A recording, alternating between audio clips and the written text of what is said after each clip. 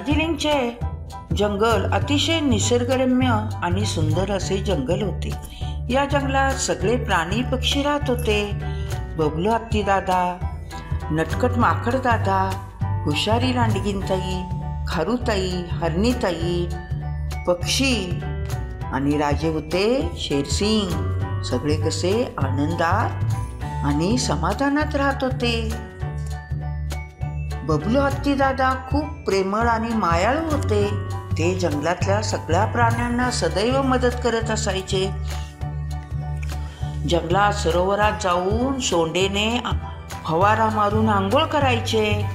नंतर जंगलातल्या झाडांना सोंडेने फवारा देऊन पाणी द्यायचे.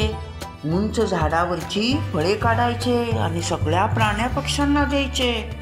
त्यामुळे सगळे प्राणी पक्षी खुश व्हायचे. एकदा नटखट माकड दादा त्यांना काय म्हणाले, अरे बबलू हत्ती दादा, तुम्ही सगळ्या प्राण्यांना फळे देता, प्राणी सगळे खुश होतात, पण मला एक सांगा, तुम्ही झाडावर का चढत नाही हो? असे म्हणून नटखट माकड दादा हसायला लागले. पण बबलू हत्ती दादाने ओळखले. ते काय म्हणाले, अरे नटखट, मी झाडावर चढलो तर झाड मोडून जाईल आणि माझा बोजा बघ हा केवढा आहे, त्यामुळे मला चढता येईल का? हो हो हो हो, तुम्हाला नाही चढता येणार.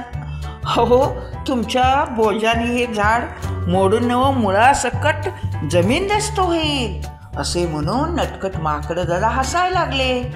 मग बबलू हत्ती दादा काय म्हणाले, अरे माकड दादा, नका हसू, मला सोंडेने झेपतील तेवढे उंच फळे, झाडावरची फळे मी काढून देतो, त्यामुळे मलाही बरे वाटते, प्राण्यांनाही बरे वाटते. मग त्याबद्दल हसण्यासारखं काय आहे? मी शरीराच्या ताकदीपेक्षा बुद्धीचा वापर जास्त करतो. कळलं का तुम्हाला? तुम्हाला मी वेळ आल्यावर दाखवून देईन माझी बुद्धी कशी आहे. हो हो, दाखवा दाखवा, असे म्हणत नटखट माकड दादा हसत हसत निघून गेले. मग काय झालं? थोड्या दिवसांनी काय झालं, जंगलावर एक संकट आलं.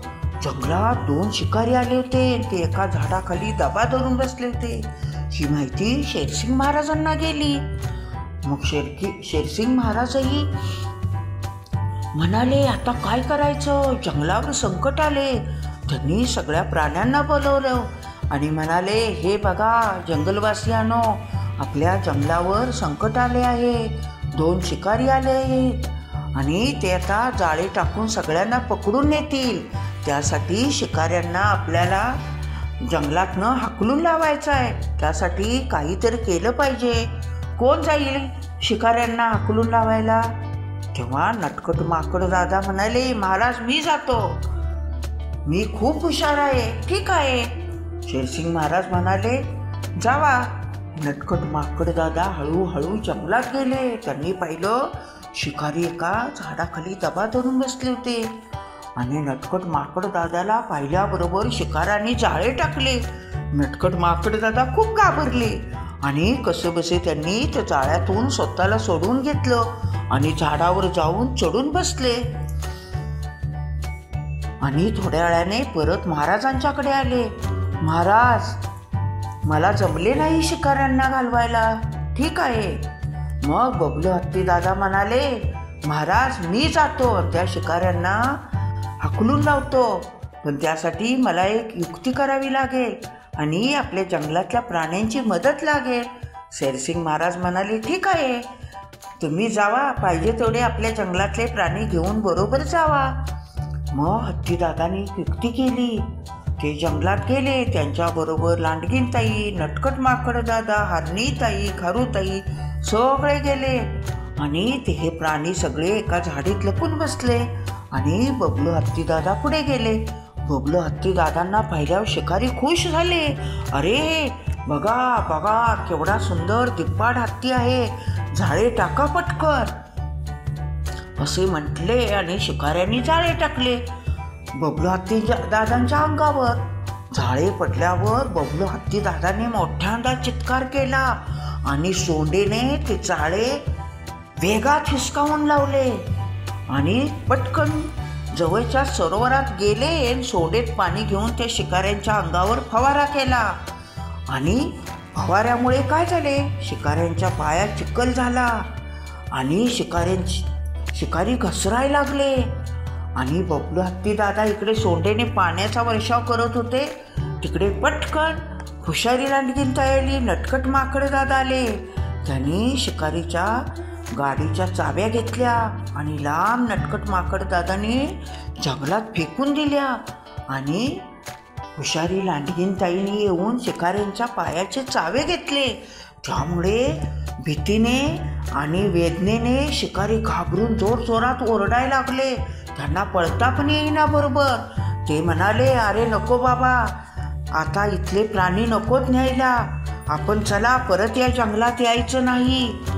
असे म्हणून ते शिकारी वेगात पळून गेले.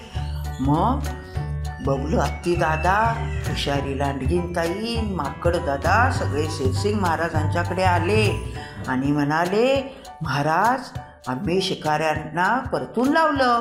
शेरसिंग महाराज म्हणाले, शाबास, खुश झाले. अरे जंगलवासियानो, आपल्या जंगलातले संकट तुम्ही परतून लावले सा. मग नटखट माकड दादा म्हणाले, महाराज, माझी एक विनंती आहे, तुम्हाला एक सांगायचं आहे. शेरसिंग महाराज म्हणाले, सांगा, काय सांगायचं आहे. अरे, मी आजपर्यंत बबलू हत्ती दादांची खूप चेष्टा करत होतो, पण ते खूप हुशार आहे. त्यांचे शरीर जरी आवाढव्य असले तरी नुसते ते ताकदवानच नाही, तर त्यांची बुद्धी खूप हुशार आणि चलाक आहे. त्यांच्या बुद्धीच्या हुशारीने, चलाकीने हे शिकारी निघून गेले, आपल्या जंगलावरचे संकट टळले. असे नटखट माकड दादा म्हणाले.